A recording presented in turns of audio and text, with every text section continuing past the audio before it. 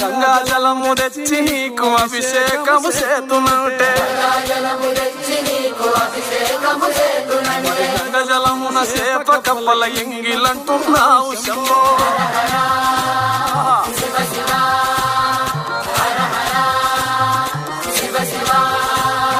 సాంబ శివ నీదు మహిమయన్నటికీ తెలియదాయే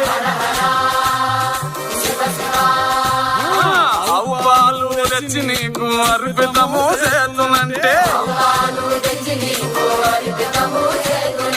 ఆవు పాల వేగ దూడల ఎంగిలంటున్నావు శంభో